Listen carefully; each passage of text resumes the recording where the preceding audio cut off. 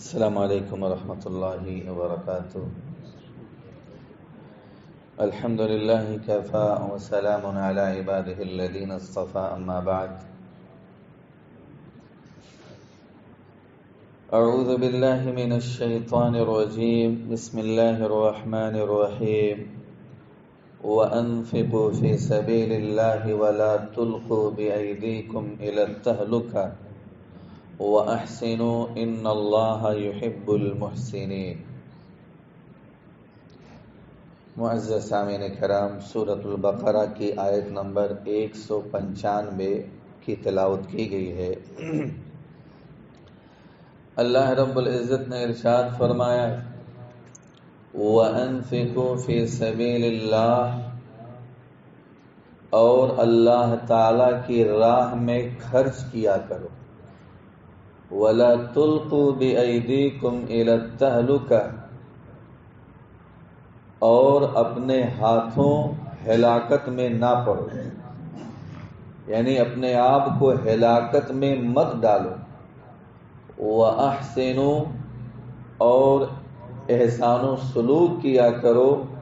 ان اللہ یحب المحسنین، بے شک اللہ تعالی احسان و سلوک کرنے والوں کو پسند کرتا ہے، دوست رکھتا ہے، ایسے لوگوں سے اللہ محبت کرتا ہے۔ اسلامی بھائیوں، صحیح بخاری کی حدیث ہے کہ یہ آیت کریمہ اللہ تعالی کے راہ میں خرچ کرنے کے بارے میں نازل ہوئی، یعنی اللہ تعالیٰ نے جن لوگوں کو مال دولت سے نوازا ہے، ایسے لوگوں کو اللہ کے راستے میں، خصوصاً جہاد کے راستے میں اپنے مال کو خرچ کرنے سے پیچھے نہیں ہٹنا چاہیے۔ اللہ کا حکم ہے، مال دینے والا اللہ ہے۔ اب اللہ اپنے ہی راستے میں ہمیں خرچ کرنے کا حکم دیتا ہے، اگر ہم خرچ نہ کریں تو گویا کہ آگے ہے کہ اپنے آپ کو ہلاکت میں مت ڈالو،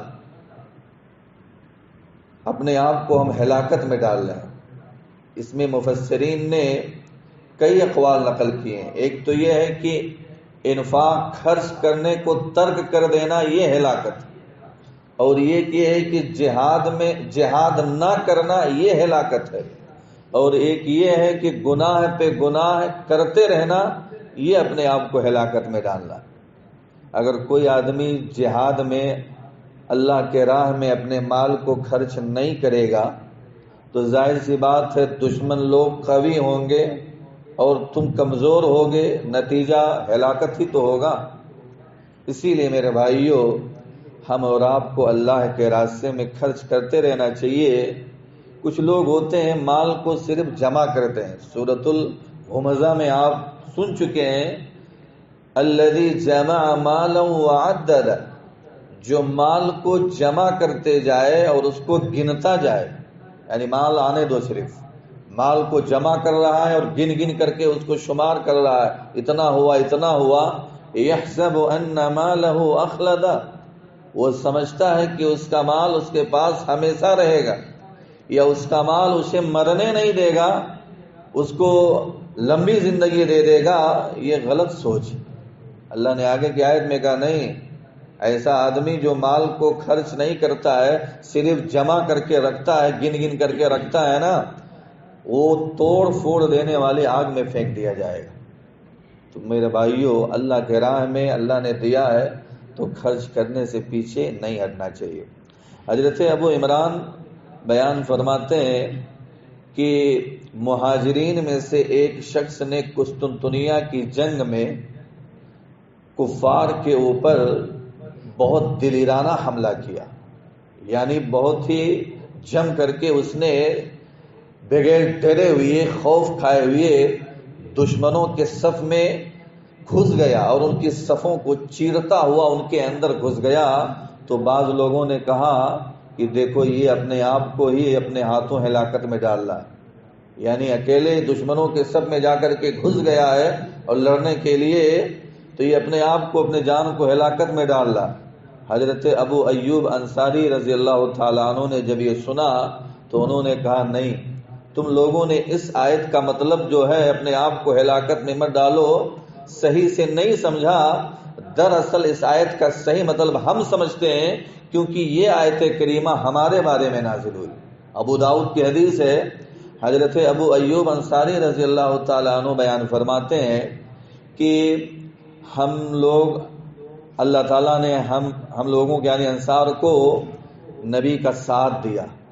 ہم نے نبی کی صحبت پائی، آپ کے ساتھ میں جنگ کیا، آپ کے ساتھ میں جہاد میں شریک ہوئے، ہم نے آپ کی زیادہ سے زیادہ مدد کی. جب اسلام کو غلبہ ہو گیا، اسلام کا بول بالا ہو گیا، قوت حاصل ہو گئی، مسلمان زیادہ ہو گئے، مددگار زیادہ ہو گئے، تو انصار نے، ابو ایوب انصاری کہتے ہیں کہ ہم انصاریوں میں سے کچھ لوگوں نے خفیہ طور پر مشورہ کیا، ایک مشورہ کیا، میٹنگ کیا. تو اس میں یہ ان لوگوں نے کہا کہ ابھی تک ہم نے اللہ کے رسول کا ساتھ دیا، مدد کیے، جہاد کیا، ساری چیزوں کو کیا، اور اس سے پہلے ہم نے اپنے بال بچوں کو چھوڑ دیا، ان کا خیال نہیں کیا، اپنے مال و جائیداد کا خیال نہیں کیا، اپنے کھیتیوں کو ہم نے چھوڑ دیا. لیکن اب مسلمانوں کا بول بالا ہو گیا ہے، اسلام کو طاقت مل گئی ہے، اب ہمیں اپنے بال بچوں کا اور مال و جائیداد کا، کھیتیوں کی طرف آنا چاہیے، اس کا خیال رکھنا چاہیے.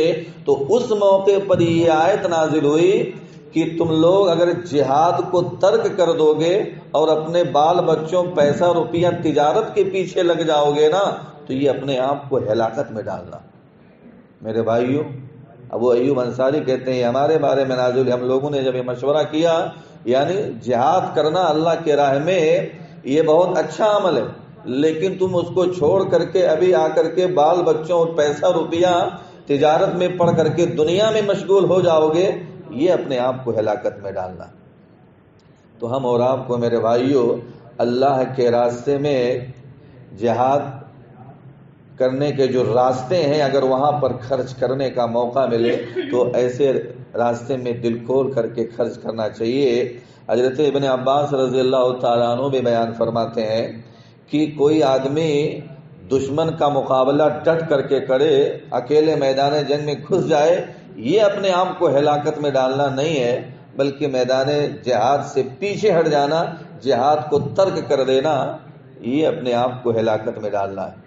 امام قرطبی رحمہ اللہ علیہ بیان فرماتے ہیں کہ مسلمان نبی صلی اللہ علیہ وسلم کے ساتھ میں جب جہاد کرتے تو اپنے ساتھ میں کچھ نہیں لے جاتے تھے، تو بھوک کی وجہ سے یا تو وہ مرتے یا پھر دوسروں کے اوپر وہ بوجھ پڑ جاتے تھے. تو یہ آیت کریمہ جب نازل ہوئی تو اس آیت کریمہ میں مسلمانوں کو یہ بات کا حکم دیا گیا کہ تم لوگ جب نبی کے ساتھ جہاد کے لیے نکلو تو اپنے ساتھ اللہ کے راہ میں جا رہے ہو، یعنی اللہ کے راہ میں خرچ کرنے کے لیے زیادہ سفر یا پیسہ روپیہ جو بھی خرچ کرنے کا طریقہ ہے اس کو ساتھ میں لے کر کے نکلو، کسی دوسرے کا بوجھ مت بنو، ایسے خالی ہاتھ مت آؤ کہ تم بھوک اور پیاس کی وجہ سے یا پیدل چل کر کے مر جاؤ، ایسا مت کرو، ہرگز مت کرو.